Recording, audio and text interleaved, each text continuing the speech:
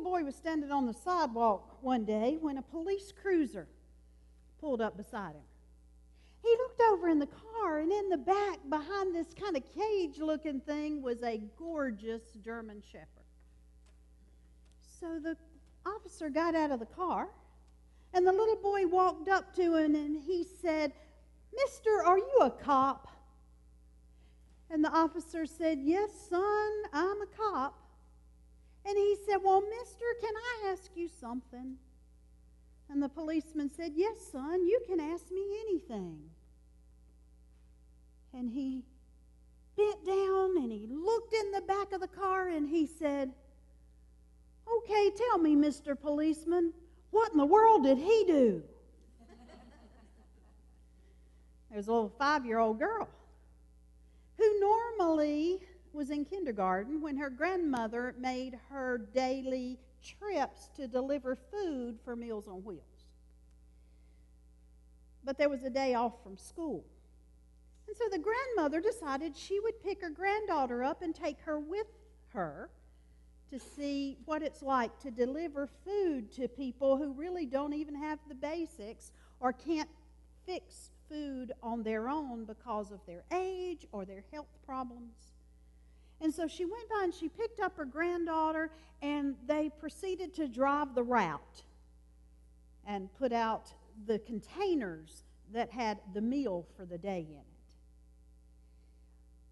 Several of the homes where they were delivering were open, which meant that the residents of those homes couldn't get to the door very quickly, and so they were to let themselves in and take the meals in and deliver them. The little girl was fascinated at all of the appliances of old age. She walked into one house, and there sat a walker. And she asked, "What's this and what's it for?" And her grandmother explained, and so she got the walker and she started walking along behind it, and she thought that was pretty neat. She went to another house, and there was a cane. And she asked about that, and so she got the cane and she tapped all around the living room while her grandmother opened up the meal and got it ready for the little lady that lived there. They went to a house that had a wheelchair. And so the little girl hopped up in the wheelchair and figured out how to roll it with her hands, and she kind of bumped around against the furniture in the room for a little bit because the wheelchair was in the bedroom. But she had a great time. The next house that they went to was one of those homes where you let yourself in, and it was the kitchen door that was open.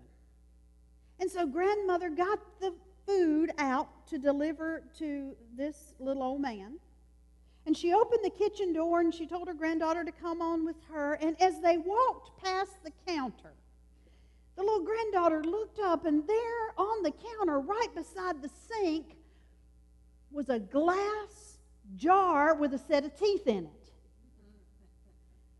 Well, the grandmother saw her wheels turning, and she said, No, you may not pick those up and try them on." And the granddaughter said,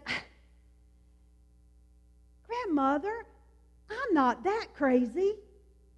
She said, "But I tell you what, the tooth fairy's not going to believe that one for anything." You see, there's a moral to those silly little children's stories. And the moral to those stories is things are not always as they appear. Indeed, the German Shepherd had not been arrested, and the tooth fairy had long since given up on that little man who now kept his teeth in a jar. That's kind of what we're looking at when we look at this gospel story today. Once again, we're in Luke's gospel. We've been there all summer. Luke is the most difficult gospel, I think, to discern the meaning of these stories. There's some hard sayings in there. And this passage is no exception. This is the passage where Jesus says, if you want to be my disciple, you must hate, or I like the Message translation, let go of your spouse, your children, your mother and father, your brother and sister, and even your own self. And that's a hard saying. Now, I know growing up on any given day, I was more than happy to let go of my sister. Maybe even think I hated her on some days. But you tell me that about my children? Tell me that about my spouse? About my mother and father? And I don't understand that. And then Jesus goes on to say, if you want to be my disciple, you got to hang a cross around your neck. Is that what he said? You got to hang a cross up in your sanctuary. He didn't even say that. Jesus said, if you want to be my disciple, you must shoulder your cross. When I was in Rock Hill, there were 4 large churches downtown. We made up the corner there, each church taking up a block. And on Good Friday, folks from those 4 churches would get together, and we would start at one end of downtown Rock Hill, and we would walk the Stations of the Cross, where you walk and you visit a spot that represents one of the events in Jesus' walk to the hill from prison. And as we walked along, folks from those congregations or anybody else that happened to be walking the streets of Rock Hill that day had the opportunity to shoulder the cross that we carried from one station to the other. And this was not a nice, light balsa wood cross. It wasn't a nice gold-plated metal cross. This was a cross exactly like the one that we put in the yard out here during Lent and Easter. Alan's not here, but he could attest, if he was, to how heavy that cross is, because he puts that in place for us every year and takes it back out. If you wanted to carry that cross during the walking of the Stations of the Cross, you didn't just pick it up and carry it. You literally had to get down on one knee, and somebody would place that cross on your shoulder with the cross piece coming down beside your head. And with you holding on to that cross piece, somebody else had to take your elbow and help you up, unless you were just really strong. And then you carried that cross on your shoulder to the next station, where you would have to get down once again and have it removed. And someone else would get down on the knee and have that cross lifted onto their shoulder. What we found is a lot of people couldn't make it more than about 10 steps. We had people Cade's size try to shoulder that cross. We had people Ty's size try to shoulder that cross. And I didn't see anybody any year that looked like it was easy. Jesus said, if you want to be my disciples, you have to shoulder the cross. Do you have that picture in your head about how difficult this must be? And yet I'm not sure that's as difficult as letting go of my family and even my very self. Now, we tend to read that passage and either just skip over it or say, well, I don't get that one. I'm not hating my family. I might shoulder a cross.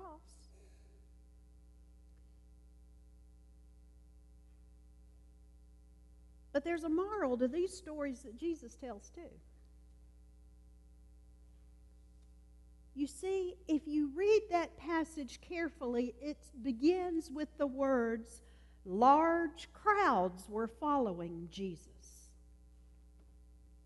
And he looked around and he saw all these people who had become his groupies.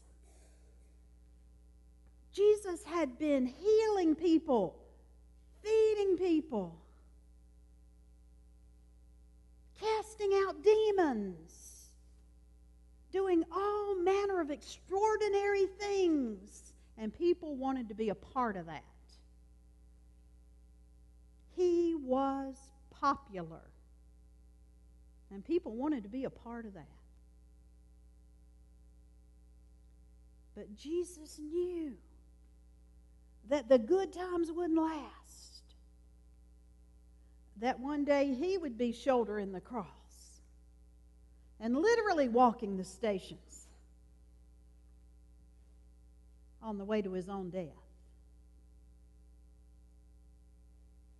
And he wanted to make sure that those who wanted to follow him, to be his disciples, understood that this was a difficult task. You see, it's easy to follow Jesus when everything's going well. It's easy to follow Jesus when it's the popular thing to do.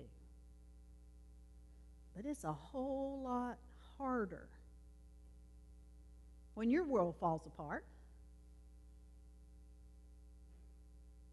and when Jesus no longer draws the crowds that he once did. And he knew that. He went on to tell two short stories. One about building a tower and making sure you know how much it's going to cost before you start it so you can finish it. And the other about making sure if you're going to battle that you can win. Because nobody wants to go to battle if they can't win. And those stories back up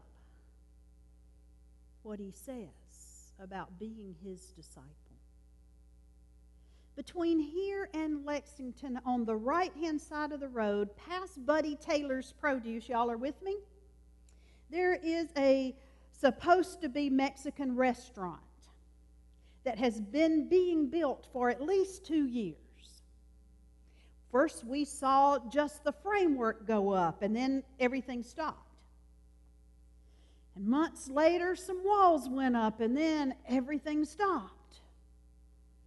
And months later, some stucco got slapped on, and everything stopped. And that kept on going until finally there were some concrete cacti out front. And we said, they're going to open, they're going to open. Those cacti are faded now, and this restaurant has yet to open. And it's funny because we used to pass by there, and we saw the first delay in construction and said, oh my, somebody must have gotten sick. The contractor got sick, and they had to hire a new one. That's what's holding them up. And they did one little addition, and it stopped, and we said, oh, goodness. Maybe it's changed ownership. The person that started it couldn't finish, so they're looking for a buyer. And there was some construction, and it stopped. And then we said, I bet the recession got them. I bet they've just run out of money, and when they get some more money, they're going to finish this thing. And on, until after a while, we quit talking about it. Because it was an empty promise of a new restaurant. Now I'll be in Lexington and think, have I passed that place where that Mexican restaurant's supposed to be? I don't even notice it anymore. Friends, there are some who will proclaim they're ready to follow Jesus when everything's going great. And they may go gangbusters at the beginning. They're all out for Jesus. But But something happens. Maybe they get sick. Maybe the recession gets them. Something happens, and we see that building of their discipleship stop. They might get a little second wind, might go to a good concert or some kind of rally and get a second wind, and before long, their construction of their discipleship stops. And before too many months have come and gone, we don't pay them any attention at all because they're not solid in the way they follow Jesus. Jesus tells these rather strange stories and parables to remind us that the Christian life is not always fun and games. And it's not always easy. And we should not follow Jesus lightly and then fall away when the going gets tough. We have to continue building ourselves up as followers of Jesus through scripture reading and prayer and coming together and coming to the table where we're fed with not some loaves and fishes today, but the very body and blood of Jesus, who shouldered his own cross all the way to the grave and was raised again so that we might know what we're getting ourselves into when we decide to follow him.